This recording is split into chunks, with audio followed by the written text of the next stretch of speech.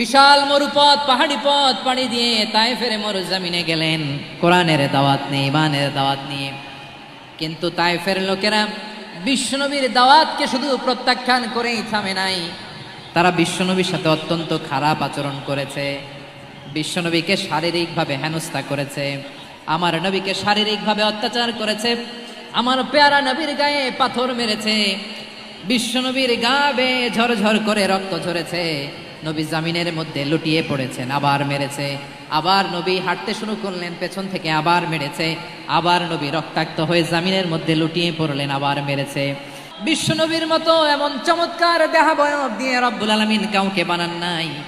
এরকম চমৎকার মানুষটাকে তারা তায়েফের ওই জামিনে রক্তাক্ত করেছে। বিশ্বনবী দুনিয়ার কোনো স্বার্থের জন্য সেখানে যান নাই, নিজের কোনো লাভের জন্য, প্রাপ্তির জন্য যান নাই, তায়েফবাসীদের জাহান্নামের আগুন থেকে বাঁচাতে গিয়েছেন। ঠিক